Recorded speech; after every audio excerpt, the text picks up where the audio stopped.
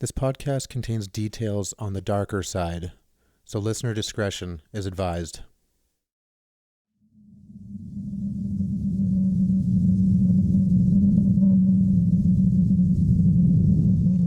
John Wayne Gacy, Jeffrey Dahmer, Ed Gein, Ted Bundy, Albert Fish. These are all well-known and well-talked about serial killers. Serial killers are described as having a monster inside of them, a demon side that has a thirst for ending people's lives. Why are so many of us fascinated by such darkness? Some of the greatest, most vicious antagonists in movies and TV have been based off of real-life serial killers. Buffalo Bill from The Silence of the Lambs was based off of a few different serial killers, one being Ed Gein, who, along with murdering women, would fashion trophies and keepsakes from the bones and skin of corpses he dug up in cemeteries. He even made a female skin suit and multiple skin masks. The premise of the television show Dexter was that he was a psychopath. He was trained by his father to only kill other killers. He called his monster his dark passenger. Now, I love that show, and never did I really question the fact that I was cheering for a murderer. It boggles the mind how normal, everyday people become enthralled with the minds and actions of those who kill. The killers I already mentioned, we all know their names. We all know exactly who they are. But what about a serial killer who isn't well known? Why did some become horrific household names and some were forgotten? Well, today we are going to attempt to explore the case of one of those almost unknown serial killers, John Martin Crawford.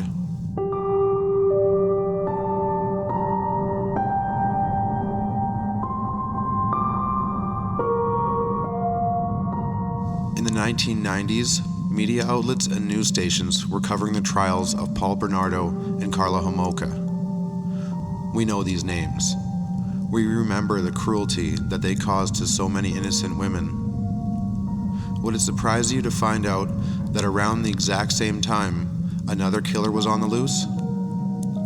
John Martin Crawford was going on a raping and murdering spree of young Indigenous women, and yet, before this case was brought to my attention, I had no idea it even existed. In Warren Goulding's book, Just Another Indian, it's revealed that John Crawford had spent time in prison for manslaughter in 1981. He brutally killed 35-year-old Mary Jane Sirloin in Lethbridge, Alberta. After killing her, he returned to the bar he was at for pizza and beer. He was sentenced to 10 years but was released in 1989 just to begin killing again. In 1994, the remains of 3 women were found just outside of Saskatoon, Saskatchewan. Shelley Napope, Kalinda Waterhen, and Eva Taysip. Now I need to ask, why has these 3 women's stories, and not to mention the stories of countless other Aboriginal women, been lost? Why don't their deaths seem to matter? Open your eyes and gaze into the abyss as we delve deeper into Canada's Crawlspace.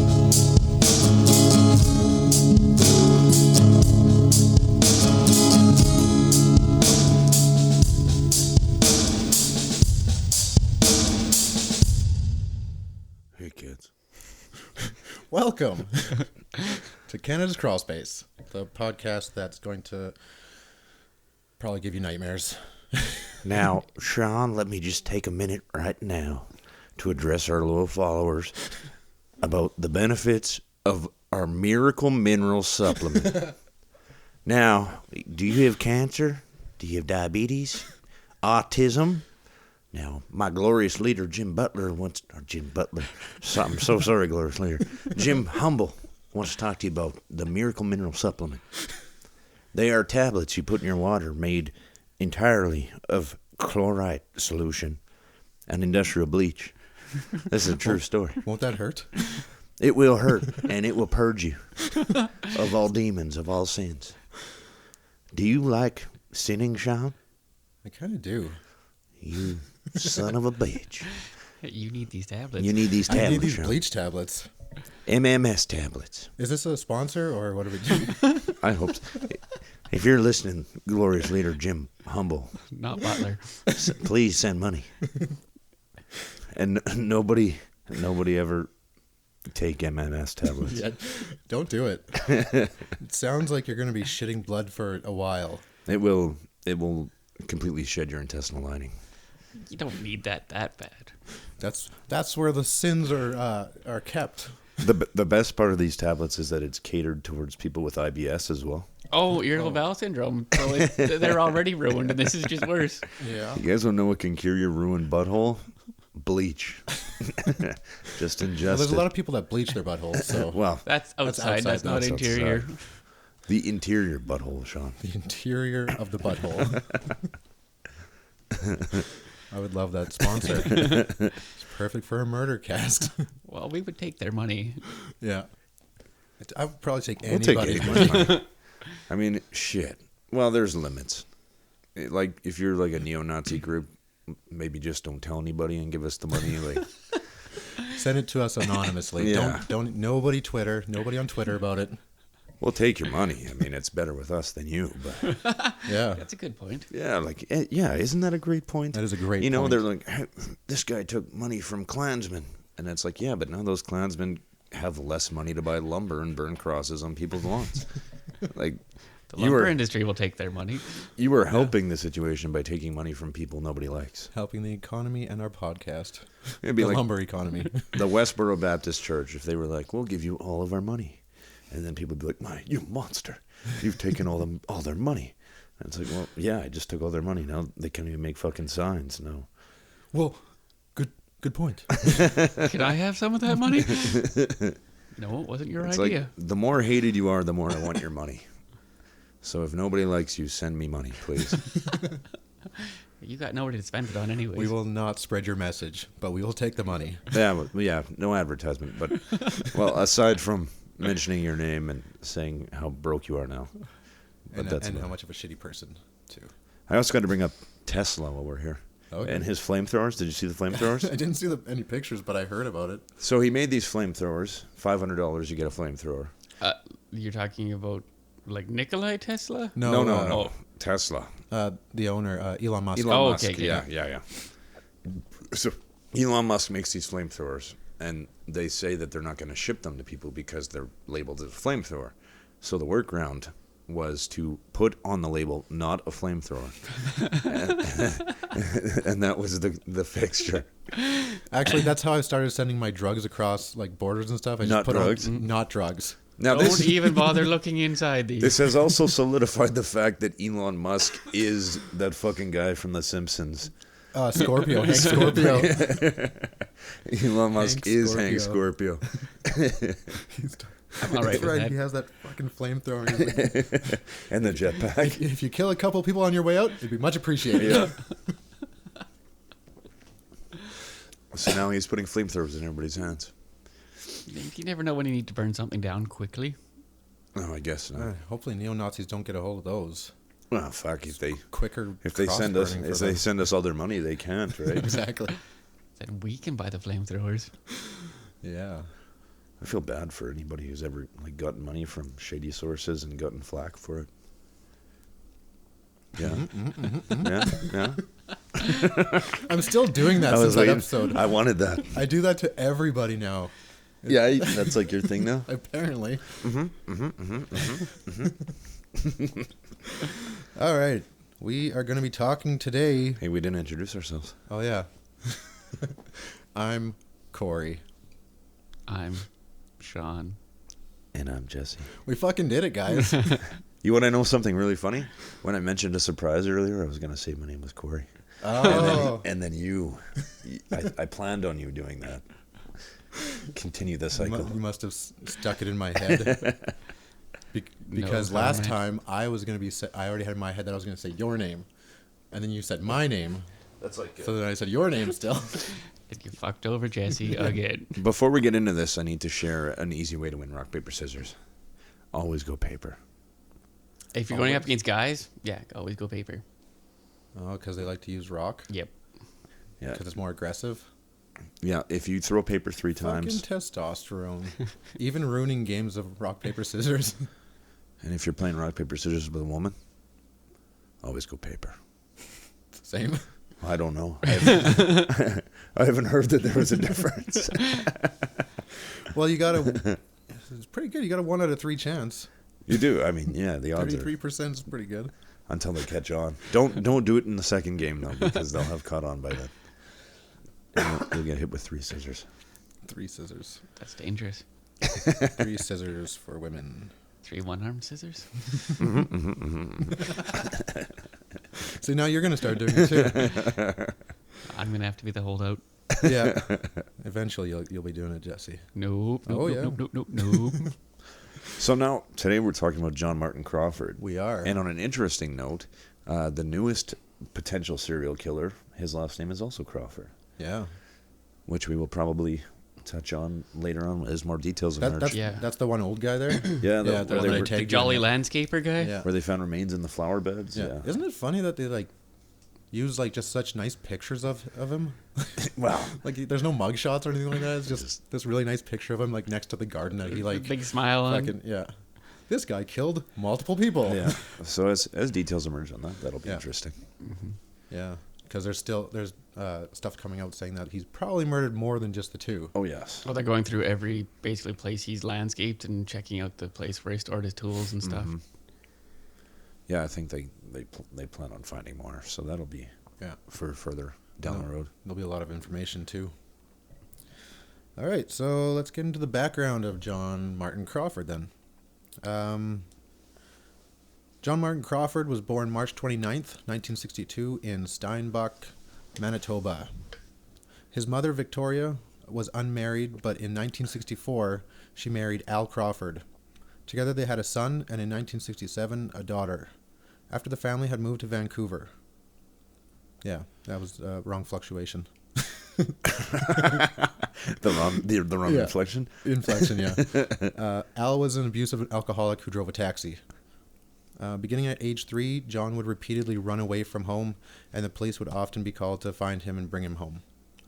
When John was 4, under the care of a babysitter, he suffered burns to his upper chest, neck, and arm from playing with a cigarette lighter.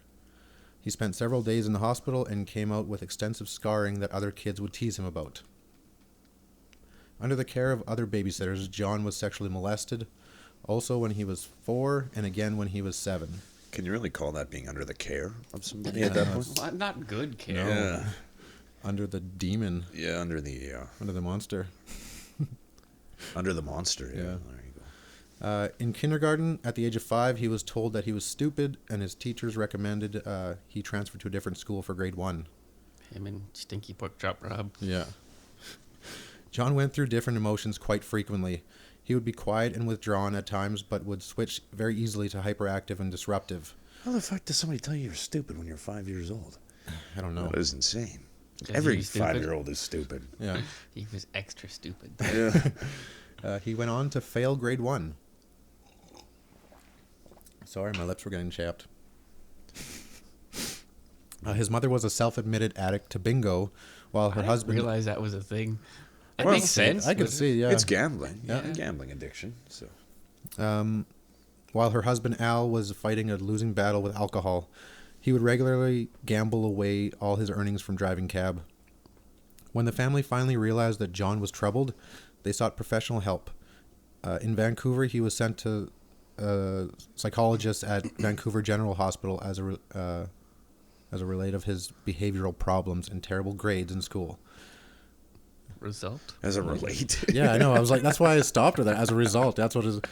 Fuck. See, when I actually sent this, or I had what's it called? Edited it on there, but after I'd already sent it to myself. And I like how so you looked at it. I was like, that's not right. And then you I'm going just to go with it anyway. Yeah. Result of his behavioral problems and terrible grades in school. He was also having constant nightmares and was deathly afraid of the dark. By the age of 12, John had grown into a bully and would often pick on smaller kids. He started sniffing glue to help cope with his extensive personal problems. That's one way to cope. Yeah. Nowadays, he would have switched to Tide Pods. Oh, Tide Pods. I don't know if that's going to help you M&Ms. cope with anything other than... Well, cope with it in the fact that you're not going to live it much longer. Yeah. That's everybody else gets to cope with it. John would find secluded places in parks or in the country and would settle into a ritualistic, almost spiritual session of substance abuse. The ritual included food and drink, and John would talk to himself, to the glue, to the bag he would squeeze it into so he could huff more. Basically, he talked to everything that was part of the ritual, like they were living things. Ooh, we're going to have so much fun. Hi, grass. You're so soft. Elmer, I love you and your glue. Elmer's glue.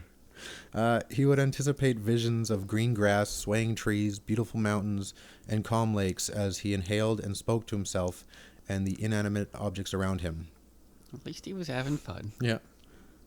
John once told an addictions counselor that his most meaningful beliefs were the traditional native ones. In 1992, he said...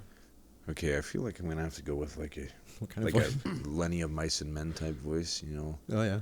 Like something like that. Something that really speaks to him. Okay. I don't feel so old when I offer up a token to the idio's God. Jesus. Lenny was more like, which way did he go, George? Which way did he go? That's who those Bugs Bunny characters were based off of. Yeah, but I feel like he's mentally stunted, so he wouldn't talk that Well, fast. actually, we'll learn later on his IQ is basically normal. Well, I know, but I mean, everybody says he's stupid, so let's pretend he is. Okay. The daily glue sniffing led to other problems with substances. He would run away from home, steal cars, and fight with police. As he became a teenager, he started drinking and using street drugs like weed, LSD, shrooms, and prescription drugs such as Valium, Ritalin, and Talwin. I'm guessing Talwin is like another form of Valium or Ritalin. I don't know, I just like that you wrote weed. Yeah, no. You doing weed, kid? Well, I could have used Shorter than marijuana. Yeah, marijuana. I think it's better. I don't like. Easier to spell, too. Yeah, marijuana. All right, so now Should we're have put the devil's lettuce. the devil's lettuce. Yeah, I'd have preferred that. I heard somebody call joints rolled mummies. Rolled mummies. Aren't all mummies rolled? Yeah, but I mean, you got to roll them. It's white usually. I don't feel like it's very creative. No. Now we're gonna get right into his murders and his crimes. Crawford began killing in 1981 when he was 19 years old. In Lethbridge, Alberta, he murdered 35-year-old Mary Jane Sirloin. I got a bit about that. Yeah? So, Mary Jane Sirloin. Sorry. Her naked body was found beaten to death in an alcove behind a fire hall near the bar that Mr. Crawford met her at. There were savage bite marks on her neck, cheeks, and breasts. Her mouth was caked in blood and vomit. During the autopsy, it was determined that at some point the killer slammed a brick into her stomach, which ruptured her portal vein and caused a liter of blood to leak into her abdominal cavity. Holy shit. She died choking on her own vomit and bleeding internally. After 8 hours, the body was discovered, and police arrested John, and he gave them a story about beating the life out of her to stop her from choking. So he's a bad Wow. doctor. That's the worst CPR. Sounds legit. He said that someone else must have bitten her. They took casts of his teeth, and those were matched to the bite marks. And yeah. Must have been an animal with Yeah, my, I with killed my her, teeth. but I didn't bite her. I'm not a monster. Not a monster. He agreed to plead guilty to get a reduced sentence of 10 years, and charges dropped from first-degree murder to manslaughter. They did that so they could save themselves the time and the money of doing a trial. Was that why? Yeah. Wow. Yeah, they're just like, it's just a girl. Jeez.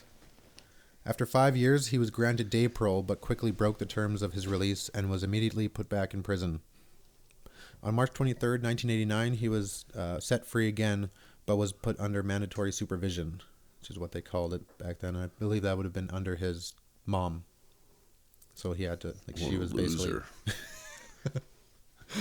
Early on in his 10-year prison sentence for manslaughter, he had a lot of trouble coping with being locked away.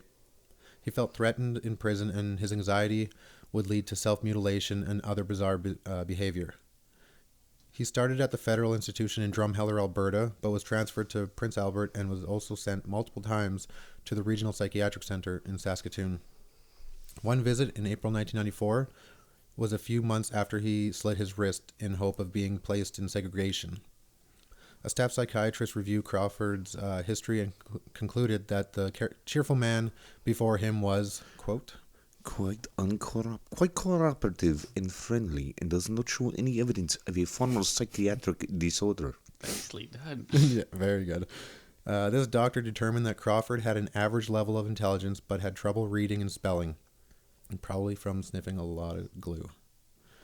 He concluded on the murder of Mary Jane Sirloin, stating, He denies having raped the victim, and I do not see him as a sex offender. Thus, Badania.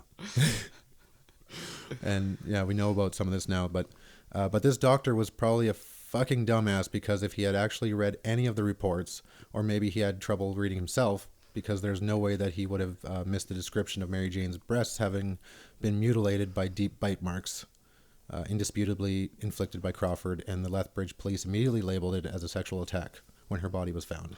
That's pretty fucking funny that you can look at somebody and you're like, hey, you know what, I talked to him for 5 minutes, and you know what, he doesn't seem like a sex offender. He's cool. He's cool. A little slow. Said he'd hang out with me after work, you know. We're both going to sniff some glue. It's awesome. Yeah, he's got a GameCube, so no big deal. We're just going to play some Smash Bros. Settle in for the night.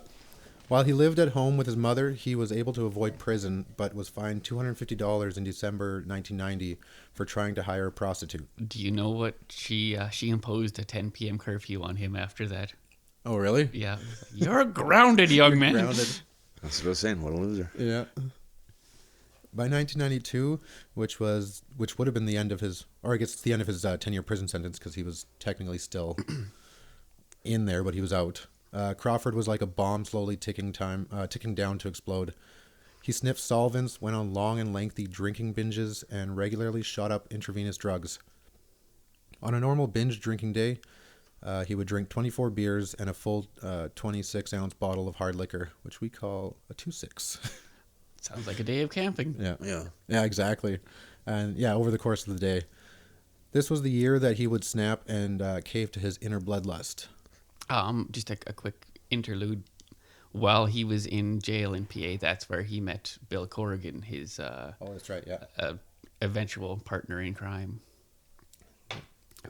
He was in jail for 10 years as well for armed robbery. I want to see a sitcom involving those two. Isn't that awesome? The that crazy adventures. You can commit armed robbery and then you can murder somebody and the sentence is the exact same. Yeah. Regardless of the crime. And his name is Bill Corrigan? Yep. Isn't Billy Corrigan the lead singer? There's no I in... Oh, okay. This is the Billy Corrigan we're This is talking the same one. He was constantly cruising the grimy areas of Saskatoon looking for prostitutes. And on May 9th, 1992, he met and raped Janet Sylvester. He didn't kill her. I put killer her. I was hoping you would say it. He didn't kill her, and she went to police to make a statement about the rape.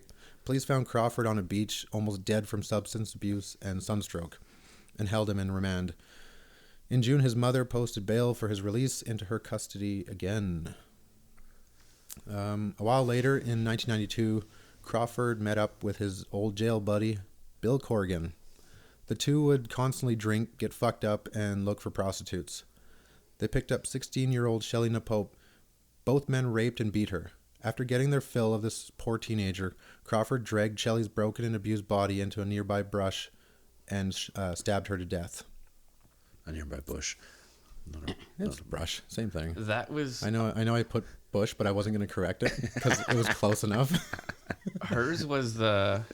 She was actually the third person to get killed. Really? Yeah, Eva was the first one. Are you sure? Yes, because I've got a thing in a sworn affidavit. He said that Eva was the first to die. They met in. Oh, it was one day after another, eh? No, he did. Okay, it was Eva, and then. Then it was Kalinda like a day after, and then Shelley was like a week after that. Because this has, where I got mine for information said on September 20th is when Eva, and then 21st, like the next day was Kalinda. Yeah, so it was Eva, Kalinda, and then Shelley was a week after Kalinda. Is the information I have. Weird. Yeah, I guess I don't even have an, what's it called? A date for the other one, eh? Seems we got a good old Mexican stand. All right, let's move on. On September 20th, 1992, Crawford picked up Eva Taisup. He raped and tortured her and then strangled her to death. I got a little bit about when he picked her up. Okay. So he picked her up at the Barrie. They headed to what they called the cement pond. It's an industrial cement factory, which I'm assuming is Cindercrete on 11th Street. Oh, yeah. So he seemed like a West Side. Well, his mom lived on Q South or whatever, so he was a West Side guy, and that would be it. They had sex there a couple times. Then they went to a convenience store and had pizza pops and chocolate milk, and then went back to the cement pond, had sex again, and then she wanted $150, and he only wanted to pay $50, and that's why he killed her. Well, if he bought the pizza pops and Well, and he also bought the beer for her, and that's he said it was only going to be $50 because he supplied the beer. And then here's a quote from him about the murder.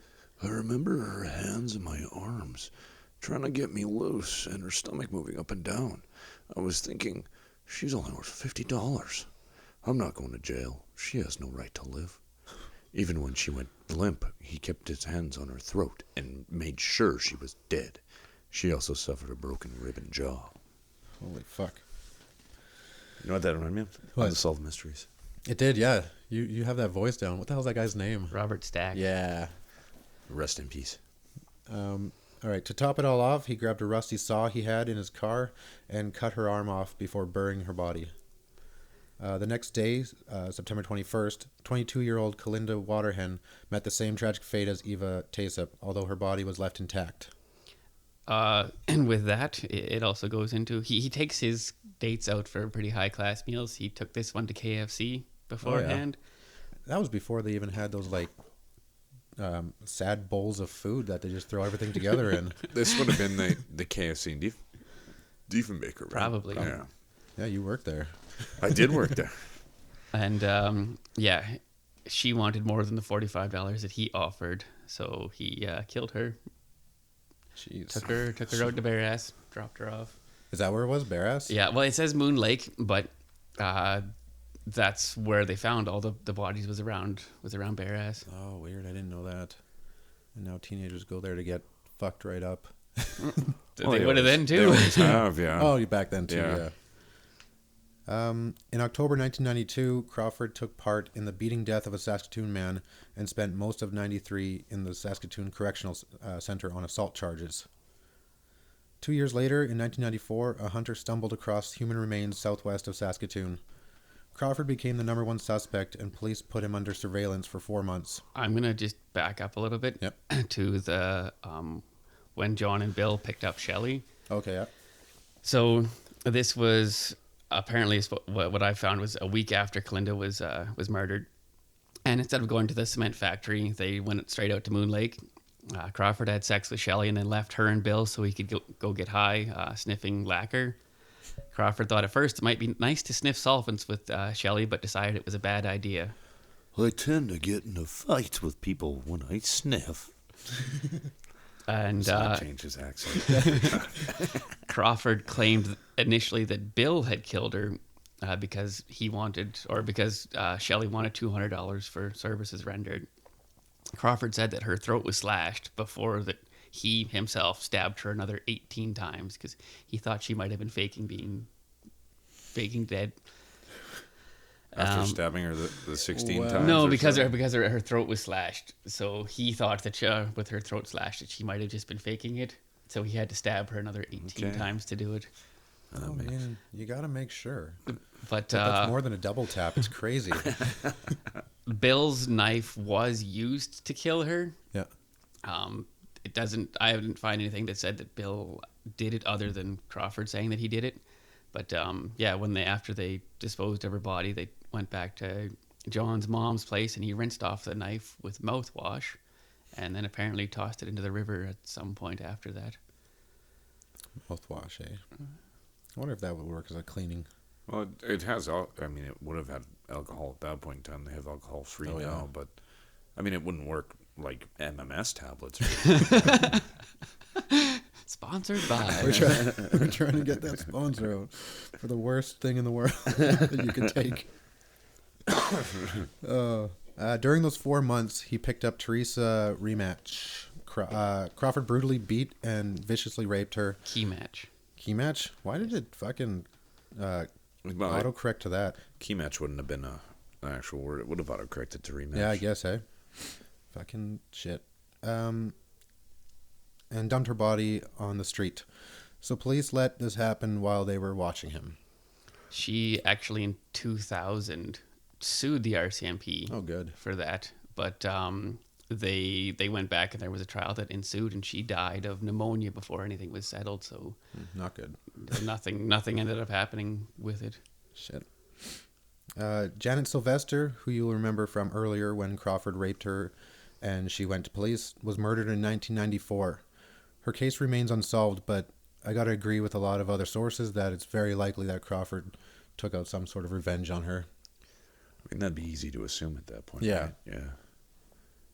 Now we're going to talk about how they got, or when they got him and everything, when he was going through trial and whatnot. So in January 1995, police finally took Crawford into custody.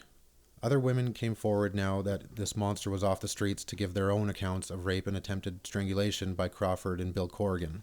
So Bill Corrigan was only apparently involved in just the one with Shelley. Yeah.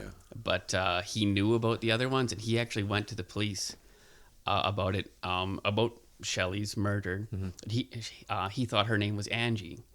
And so he told the police about it in 93. And he said there'll be a body of a girl named Angie out at Moon Lake or whatever. They went out there, they didn't find anything, so they didn't believe him. But he was already informing the police about illegal cigarettes being sold. So he already had a relationship with them. Okay.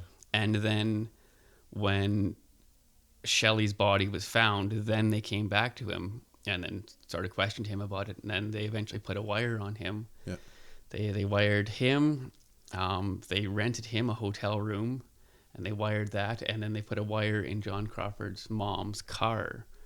So that's what they would take out to go cruise for prostitutes or whatever. Oh, yeah.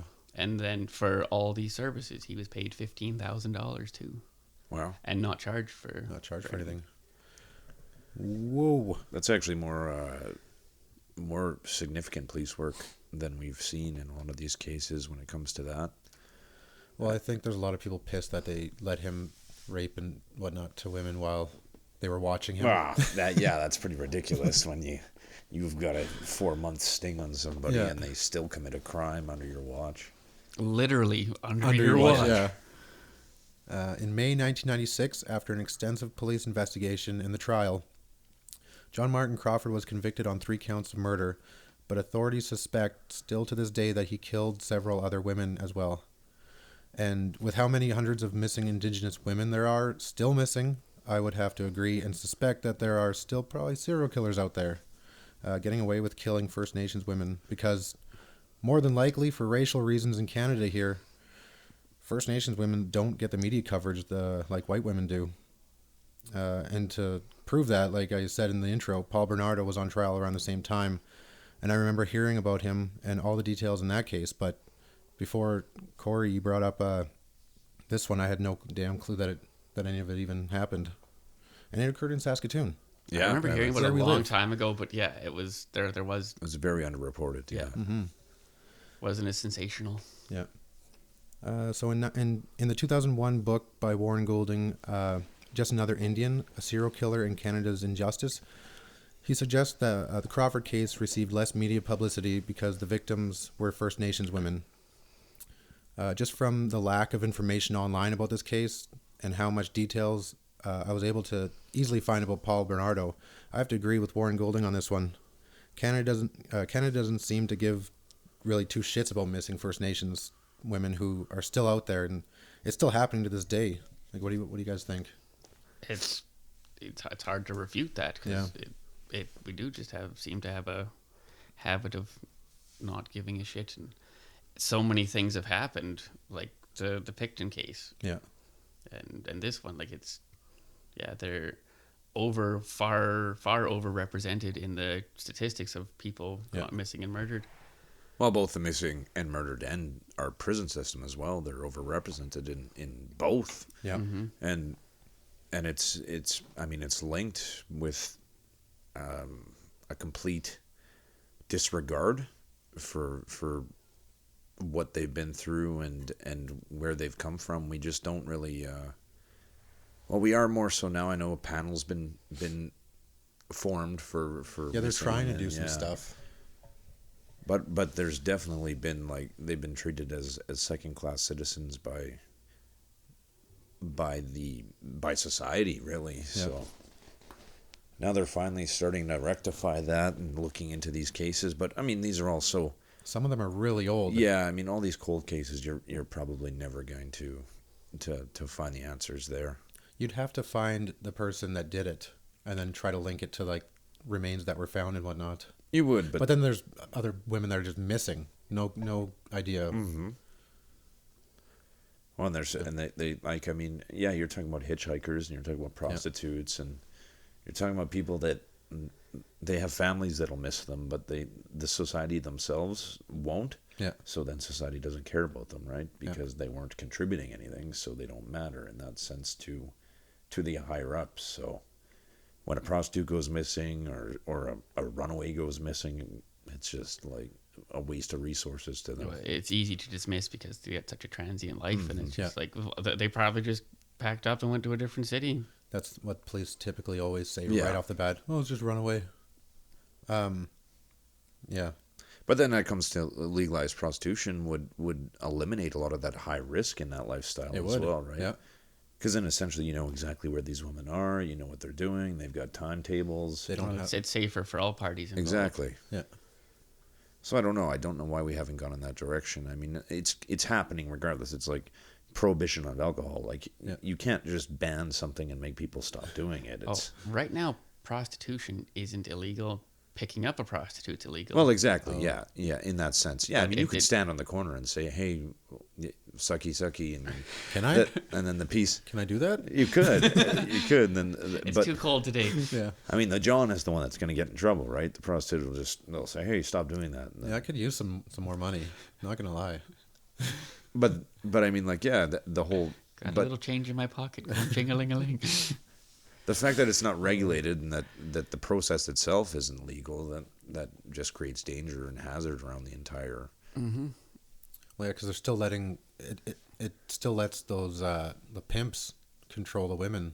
It does, yeah. I mean, instead of pimps, you'd have managers. I mean, it'd be like a job. You'd be working for somebody because somebody would be setting all this shit up for you, right? And with the internet, you have Backpage and all that shit where you can go on there and basically sell yourself. Yeah. And not when you see a prostitute on the street, you feel really bad for them because they don't even have a fucking computer. You need the internet. Yeah, you're goddamn, because you can do everything online now. There's a lot of stuff on that there internet. Yeah. All right. So while Crawford was in prison in 1996 at the Saskatchewan Penitentiary, he told a staff member from the mental health unit about his first sexual experience when he was 13. It was between him, 2 other boys, and an 11-year-old girl who they paid $5 to have sex with. He came to equate sex with money. $5. Yeah. And in 1998, Stanley Semrau, who he was the same guy from the Olson case, eh? Or which case was it? He's the doctor from the Kelowna forensic psychiatrist, or he was a Kelowna forensic psychiatrist. Was it? Yeah, you've mentioned that. Olson, yeah. Yeah, It was the Olson case. That he also dealt with Clifford Olson. Yeah. That's a weird coincidence. So he interviewed Crawford. John admitted that he had begun hearing voices at the age of 16, and they continued to torment him in his adult life as well. Dr. Semrau prepared a report prior to Crawford's appeal in 1999. The following is a description of the voices by Semrau. Most of the time he just heard voices, but he recalls on one occasion having an apparent brief visual hallucination of 2 green ladies, naked from the waist up, whom he believes were the source of the voices. He says that the voices would often tell him to do bad things, such as kill that person, they're bothering you, or do other things such as commit property crimes. He recalls the women's voices as so simply advising him on his behavior, such as, you should get dressed, you shouldn't be naked, Get out of the or window. you shouldn't go out with that girl, she isn't attractive. The voices would sometimes tell him to hurt people, or to kiss women, and he recalls once acting upon that advice and being charged with assault. God, I love that voice. That's like the Igor voice. Yeah, I call that yeah. the Igor voice. John's own rationale led him to believe that the voices came from UFOs or other planets. I'm glad seems to be I'm glad he was so rational about it. You know, like His own rationale, yeah. Vince Lee, he was into the aliens Yeah. as well. Yeah, that's another link we've discovered. the voices would come usually while intoxicated, but occasionally he heard them even after spending several days sober. He described that when the voices would talk to him while intoxicated, he felt like a stronger, better person who was more capable of engaging in aggressive behavior. Newsflash: everybody who drinks feels that Yeah, way. they all feel tough.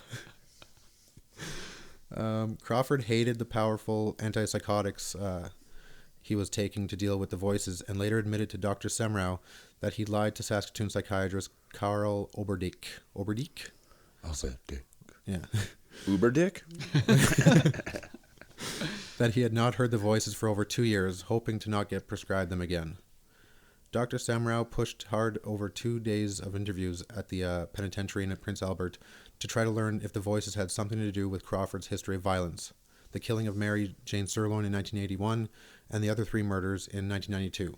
Semrau said, Even after repeated careful questioning in this area, he was adamant that none of these homicides were in any way associated with hearing voices or any other apparent psychotic symptoms. yeah. Uh-huh. I don't believe that, but whatever. It's pretty insane that like all these doctors are like, you know what? I talked to him. He's got the GameCube. We're going to play. We're all right. He's not crazy. Doesn't have sexual issues. All good. Yeah. He said he's fine. I believe him. I know it's my job. Is it your job to talk to psychos? No, it's mine. And I say he's fine, okay? Oh, God, that's good. And he's just getting stabbed. Yeah. So that's basically all the information that I got. It seems He's- like- he's still alive, right? Yep. Okay, yeah. Seems like these doctors are treating like these patients like pit bulls. Like it's like, the fuck was that? Somebody yelling outside the apartment. Just recently, a woman, she owned a pit bull for 9 years, and the pit bull was fighting with 2 other dogs, and she went to break it up, and the pit bull fucking bit her arm off, and she was like laying there, and she's like, no, and the pit bull was chewing on her fucking arm, brought her arm back to like the dog house, and was like chewing on the bones. Jesus. And this dog, it was like, you know, like those people, they're like, my pit bull is the most caring, lovable animal ever. It would never hurt anybody. Well, that lady thought the same thing. And she, like, this fucking pit bull's name was like Sir Winkles or something like that. Something. Sir Winkles. And it was like a really lovable dog that would never hurt anybody. And then it fucking ripped her arm off and almost killed her. Don't get in the way between the pit bull fighting with other dogs. Well, just don't own a pit bull. Sorry, we have like no if you're- pictures on like Instagram of all of us. Don't own a pit bull if you're not prepared to die, okay? I just want to ride it around. Yeah. Let's see that picture, Sean. Okay. Is it worthy of her? It's not bad. It's all blurry and shit. Well, just you, because you started moving as soon as I was I taking it. didn't know. I just Way want to get fuck in it the up. It was just Sorry. supposed to be on the moment. I was still listening. Do it again, but better. God damn it. I'll do it after. Do it again, but better. I won't do it during the podcast this time.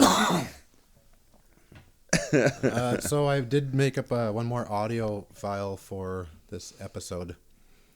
We could either like end it before it and then just put it at the end, or Well, we gotta you know. end with like some kind of like terrible joke and cause somebody to laugh. You're making it sound like all these are planned out beforehand. They're not. They Just happen happens that way, organically. Well, it's organic, but there's a cycle, right? I mean, Yeah. there's a pattern that we have to follow, and that's a terrible joke that doesn't belong anywhere. I'm gonna have a conversation about Rogue. There we go. See, you're doing it. First Nations women have been going missing for decades. We've talked a little bit about the Highway of Tears and plan on doing a full episode on it in the future. But for now, I'm going to share the names of Indigenous women who are either still missing in Canada or have been murdered. Some, after terrible police investigations, suspects have been found. Others, no real police work is being done, and no suspects are anywhere close to being named. Over the course of 3 decades, one family has been traumatized by having 2 women murdered in Manitoba. Helen Betty Osborne was a 19-year-old Cree student from northern Manitoba. She dreamed of becoming a teacher. On November 12th, 1971, she was abducted by 4 white men in the town of The Pass. They sexually assaulted her, and when they were done, they brutally beat and killed her. A provincial inquiry concluded that Canadian authorities had failed Helen Betty Osborne. The inquiry criticized the sloppy and racially biased police investigation that took more than 15 years to bring only one of the 4 men to justice. Most disturbingly, the inquiry concluded that police had been well aware of white men sexually preying on Indigenous women and girls in the past, but, quote, did not feel that the practice necessitated any particular vigilance. 3 decades later, on March 25th, 2003, 16-year-old Felicia Solomon, Helen Betty Osborne's cousin, didn't return home from school in Winnipeg, Manitoba. Felicia's family claims the Winnipeg police did not treat the case seriously when they first reported the missing child. A Winnipeg police spokesperson said that the police force responds to missing persons reports based on an assessment of the likely risk to the missing person and does not have a policy of waiting 48 hours for the person to show up, as many citizens believe. And yet, the family says that the officers who took the report said they could do nothing until another 48 hours had passed. The first missing posters that were distributed to the communities in Winnipeg were handed out by the family, not the police. One of Felicia's family members spoke out saying, quote, when something happens to someone else's child, whether they are white or from any other kind of race or culture, the police do everything. It's completely different when an Indian person goes missing, end quote. In June 2003, body parts were found that were later identified as Felicia Solomon's. Her killer is still out there. On August 8th, 2011, 19-year-old Tiffany Maureen Skye, a member of the Bloodvein First Nation in Manitoba, disappeared. On August 13th, 2011, RCMP recovered her body from the Red River near Lockport, Manitoba. She had not been reported missing. Tiffany sometimes went by the nickname Olive. As a young woman, she dreamed of being a social worker and was close with her family and foster parents. On September 19, 2016, the body of 46-year-old Annie Putuguk was found in the Ottawa River. Annie was a prominent chalk and ink artist from Cape Dorset, Nunavut. In 2006, she rose to prominence when she won the Sobe Award. Her drawings offered a contemporary take on her culture, where old customs mixed with modern technology and goods. Her work is part of the collections at the National Gallery of Canada and the Art Gallery of Ontario. In 2016, her art was part of an exhibition on Indigenous pop art at Ottawa's Saw Gallery. After her death, the lead investigator on the case, Sergeant Chris Hernchair, was called out when he posted online comments that were viciously condemned and labeled a racist. An investigation into Hernchair's conduct was undertaken as a result. In November 2016, Hernchair pled guilty to 2 counts of discreditable conduct under the Police Services Act and for making comments on an open investigation. This is only 4 stories of missing and murdered First Nations women across Canada. 4 stories out of literally hundreds. Hundreds of families have no answers, no bodies to bury to cleanse at least some of the grieving. They go to sleep at night still wondering, where is my loved one? Now you have to ask yourself, what if that was me? What if that was my family? What if we were ignored and pushed aside for decades? What if our loved ones were missing, or their bodies gruesomely beaten, raped, and dumped into ditches? We as a nation have failed these women and their families, and it has to stop.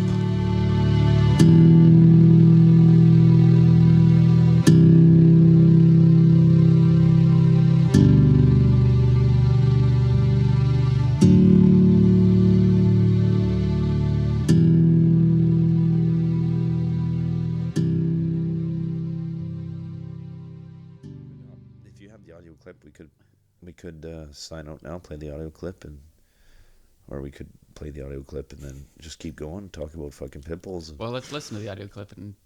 But then are we going to come back in afterwards? I can cut all this out. Like I don't have to. Yeah, well, that's. Don't know if I'm going to. I Probably shouldn't. This is good. It's gold, This is good Jerry. stuff It's for your gold. ears. When you're a mega band, you come back for an encore. So it's like Yeah. the audio is like the final song. And then But you know what? Lots don't anymore. There's Well, lots of concerts I've been to. They don't do encores anymore. it's because they fucking suck. I try to get out of there before the encore, unless they for sure haven't played like a song that I love, that I want to hear. But at like the main Sask place there, whatever it's called now. Yeah, getting out of there. Getting out of there is- sucks. Oh, I just I'll bring something to do while I'm sitting in my car because I expect to be stuck there for half an hour. That's true. Yeah, I just plan Going ahead there for that. Going there tonight for Stone Sour. Oh, is that what it is? It's South Place? Who are they playing with? Hailstorm? Which Really? I've never heard. And it's a South Place show, really? Izzy Hale is a singer. She's really good. Nice. Nice. But yeah, we got a lot, and there's Black Label Societies this Sunday, and then Avenged Sevenfold is on the 14th. Any good bands playing with you? Yeah, there's a lot of bands coming here right now. Any good bands? And Shinedown's coming within this moment right away too. Shine down. I don't care about them so much, but I'd like to see In This Moment. From this moment. There's like the If I Were You podcast is only going to 3 places. It's one of my favorite ones. It's a comedy one, but they're only going to 3 places in Canada, and they're calling it a Western Canada tour. They're going to Winnipeg, Calgary, and Vancouver. Oh yeah. No, we're even remotely close. No. Yeah, I wanted to go to that. So they're a podcast, you said? Yeah. And they do a tour? Oh yeah, they do live shows all the time. But why? Because people pay them Yeah, to. people pay them to do it. Anybody want to fucking pay me to sit there and do what we do hell, for free? Who knows? We could do it. Like even Kevin Smith does a bunch of podcasts live. Yeah. And then people pay them for that. Yeah. Yeah, like he sold out the Odeon downtown for Jay and Silent Bob Get Old.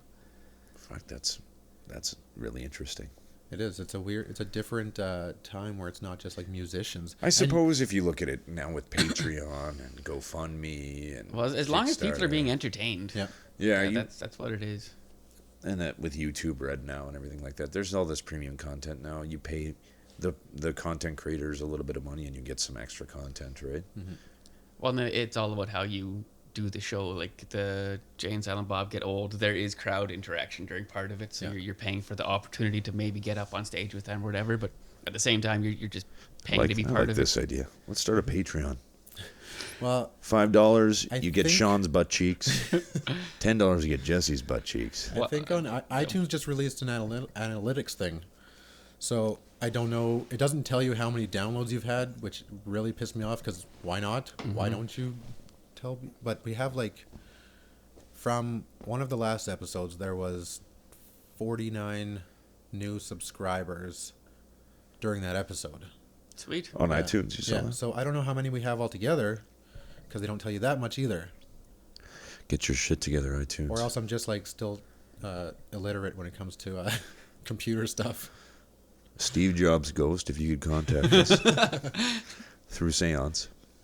Tell us how to use your goddamn analytics. Well, he wouldn't have been the one that. Fuck, he'd know. He could find out anyway. Go haunt somebody to Yeah. email us. I'll do a little bit more research on it, try to figure it out. They must give those numbers out. You can assume so. And then the analytic thing is like brand new. Why they didn't have it for people beforehand? Because, Who yeah, fucking podcasts have been out knows? for like a decade Yeah, now. it's really weird. You kind of want to know who's listening. And Yeah, that's why I like the SoundCloud one. yeah, because it shows us Shows you where people the are listening listeners are from and Yeah. everything. Yeah. Oh, and also we are now on Google Play, Damn right. and Stitcher is still Under review. yeah, it takes 48 hours or up to 48 hours. But yeah, so listen to us on there if that's what floats your boat. Sweet. Just fucking listen to us, okay? Just please. And send me money if nobody likes you.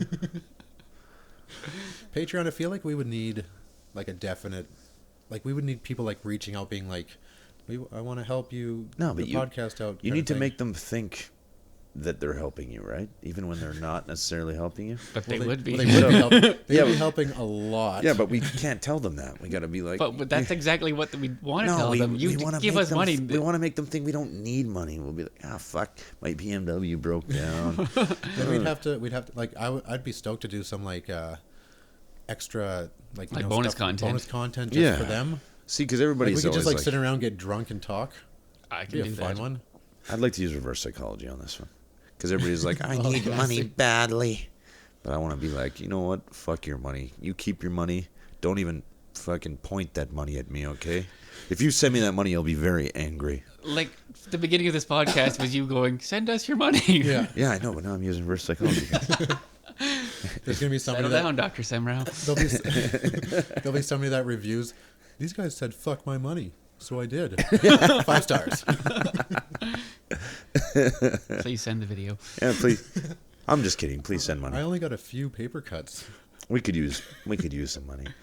I'd be down with some bonus content if you guys want a picture of Jesse's butt cheeks. Then It's for sure. firm. We can like have like somebody call in from Skype to babysit your kids while we go out. We could go like that. tour someplace or whatever. Like my mom works, I forget where she works in the Skype health region, babysitter. but she's some ward or whatever that she works adjacent to is supposed to be haunted or whatever. She Nice. said we should go check that out. We should We'll start record an episode there. podcasting from haunted locations. Yeah. We would need. As long as there's power. Yeah. Yeah, we would need a lot of power. I like that idea. I have a lot of power, so we'll be okay. Do you have electricity running through your body that you can generate into devices? I feel like with the right amount of alcohol, for sure. Yeah. Nice. I have a portable charger for my iPhone if that'll work. If we It can, won't hurt. if we can somehow like rig that up to run. Can we hook your everything entire up to setup. potatoes? Please send potatoes. I think one of the funniest and one of the disturbing story is what's his name, Edison murdering fucking Oh, the barnyard elephant? elephants and shit like that with Tesla's current.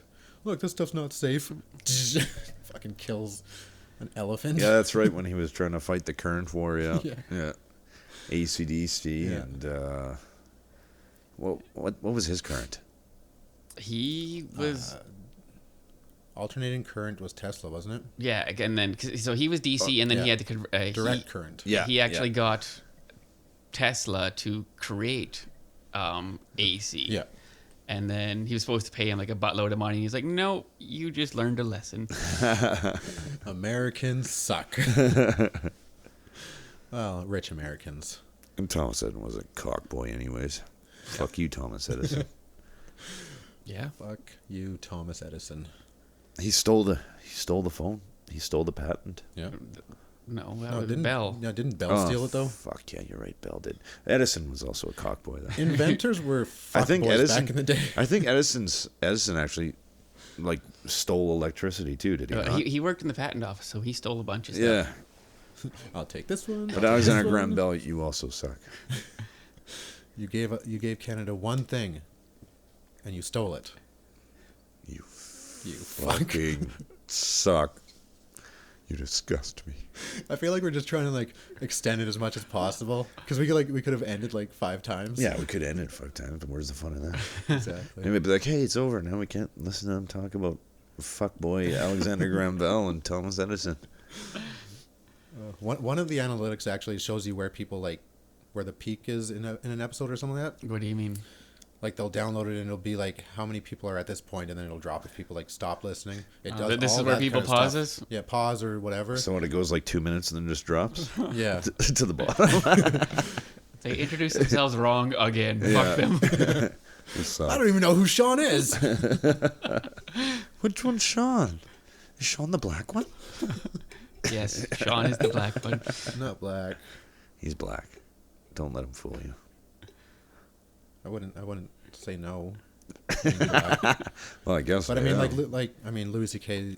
He's in the news doing shitty things. But like he said, if you given the chance, would you come back as any other race? Probably not. You'd come back as a white person. Not currently. Give it a like couple decades maybe. I don't know. That's a good question. Well, because What if you come back black, you can't really come back any time before like the 80s. Kind Yeah, of but- sucked before then. When you're coming back, are you coming back? You're coming back at this current time, right? Not back in time. Oh yeah, I guess. So I mean, all that shit's already done with. I mean, you could be black. You could do whatever you It want. depends where you are geographically though too. Like Yeah. I would like to be an incredibly tall Asian. Like That would be- like that basketball player. Because I would be just a titan. I would be like an anomaly. People would look at me and be like, "What the fuck? What is he?" That's what you got to do. Because everybody look at the spectacle around that Asian basketball player. Everybody's like, "My God, he's so tall Yeah. and Asian." True stuff. And it's not like he was like I don't even think he was like a super good basketball player. He was just really, had no really clue. fucking tall and Asian. That was his career. Sort of like, well, I guess Shaq was really good in the 90s, but when he came back to it, he was just like a Hulk. Like And he was steel. stomping down the ground, down the Shaq Fu. 300 pounds or whatever. Shaq. Shaq Fu. Shaq Fu, one of the worst fighting games of all time. Didn't even rent it to try it. Then he had fucking, what was that? Shazam? Yeah.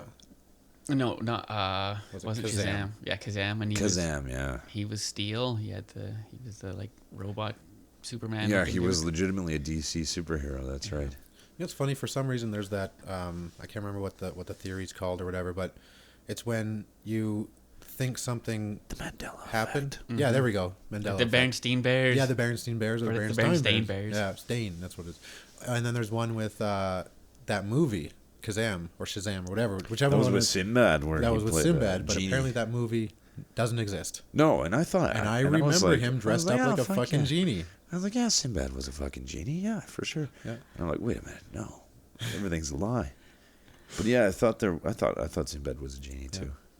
And I always thought I it mean, was maybe he is in Berenstain. real life, but we I don't think know. he'd be doing better if he was. Yeah, Oh, he's well, not doing too bad actually. He's been on podcasts and stuff. Oh, really? I just But yeah, if he did have cosmic powers. apparently there was a Jingle All the Way too. Yeah. Straight to TV. And I think it was like within the past 10 years. And it was with I think it's a relatively new film, but Yeah. the star is like that washed up fucking what's that fat redneck's name? Larry the Cable Larry Guy? the Cable Guy, yeah. And he's the star in that one. How do you go from Arnold to Larry the Cable Guy? I don't know. Well, at one point, Larry the Cable Guy was way more popular than Arnold was. No. Larry the Cable Guy is fucking rich. Yeah. Yeah, fucking Arnold is Arnold. He's like Yeah. the fucking guy. Well, I love Arnold Schwarzenegger. But he was the guy. Then he was no longer the guy, and then Larry the Cable Guy was the Like guy. Arnold Schwarzenegger is like such a fucking Arnold Schwarzenegger that like his wife was like He's now a "You-" noun of himself. His wife was like, "You cheated on me with the maid and had an illegitimate child." He's like, "Yes, Yes, I I did. And she's like, "Well, You have to leave. And he's like, no, I'm not leaving. You have to leave. Get out. Get out now. And then she left. She like stayed in the house. Usually like it's the other way around, you And know? he just sat down like, Nice to see you leave. he's still using all the puns. Everybody freeze. Okay. Fuck, I hate that movie. A bat credit card? Come on. His nipples. His nipples. His bat nipples. Fuck that movie. The Batman actually had nipples at the very end of Batman Forever as well. Well, that movie's just as bad. It might be worse. No, I actually enjoyed Jim Carrey in it. He was not the Riddler, but I enjoyed him. Yeah. It might be worse. I mean, Val Kilmer was like a half-decent Batman. Terrible Bruce Wayne. Tommy Lee Jones, that was the most fucking weird thing ever. Yeah. He played Two-Face for like the first 5 minutes, and then all of a sudden it like changed. And it wasn't Tommy Lee Jones anymore. It wasn't even Two-Face. He dressed like Two-Face, but yeah, it was just like, I have to try and overact over Jim Carrey. It's not going to work, but I'm going to do my best. Have fun with that. Yeah, that was not a good film. Which one? Bane was in Robin. Hey, Batman and Robin? Yep. Yeah, that was a fucked up one too. Though I will say the Batman and Robin Bane was better than Tom Hardy's Bane. Where he came out Quite of. No. honestly. Yeah. Yeah, with the costume-wise, yes. But Because, I mean, Bane, the more serum Bane takes, the smarter he gets. Yes. So, I mean, a big, dumb Bane doesn't make sense, really. Mm-hmm. But that Bane that Tom Hardy played was so fucking shitty. It was like a... How do you describe it? It's like... Can you do the voice? muffled. I can't, but I wish I could. I don't know if I could either. It's just too... It's too fucked up, yeah. Like, Fucking Kevin Smith. So you think the darkness is your friend? I was born in it, You were merely adopted. molded by it. I don't know. Like, it's like... Kevin Smith does a character, Bane doing stand-up. It's fucking great. I saw a video, Cat Bane, that was pretty funny, but it was just stupid. It was just... But that Tom Hardy Bane was just so fucking weak. That whole movie was a disappointment, to be honest with you. Except for the very beginning of it with the plane hijacking the other plane. That Yeah, was that was impressive. pretty cool. Beyond that, yeah. And I like how, because the second one was so prolific, when the third one came out, it just fucking sucked. Nobody even said anything. It's like, everybody's like, oh, I can't wait. And they just watch it. And then they're like, oh, well, I'm Well, off The to Dark bed. Knight was awesome. Yeah. Heath Ledger was the best Joker. and then, like, nobody even, like, mentioned how much it Yeah. sucked. Everybody just forgot it existed and went on with their lives. I've only watched it the one time. I've rewatched the plane hijack scene once or twice, and that's it for Just Dark when you Knight need your Rises. fill of plane hijacks. Yeah. Yeah, it was not a... I mean, shit, Christian Bale played Christian Bale more than he played Bruce Wayne or Batman in that one. He, like... Batman was not really in that film, nor was... And then he did fight, and he fought Bane, and he just got his ass fucking See, kicked. I imagine the people that like fall off are the ones that like trail when we get so far away from the subject matter. Well, that's just run the media. Well, that's fine, though. No, I'm not complaining. If somebody's There's just like... people out there that like this stuff too. Oh, yeah, they're my favorite. If you like this, They're the Send ones us an that'll pay email. us. If you like this, send us money, please. send us an email. We'll read it on the air. Oh, yeah. On the air. On the Live. What is our email again? Canada's Crawlspace, all one word, @gmail.com. Have we ever gotten an email yet? No. You can be that first email. 12. This is 11 episodes. I feel like we're growing to the point where we should get one email soon. Yeah, Please. We'll get one. Please just send us one, even if it's hate mail. It'll be from Sea It'll Barons. still be. Yeah, yeah you'll send it yourself. You can be racist towards Sean if you need to. Just get it out there. I'm Ukrainian and part Irish, so there's a lot to make fun of right there. The Irish is easy, yeah. Yeah. So please send Sean some hate mail. All right, try to stay alive till next time.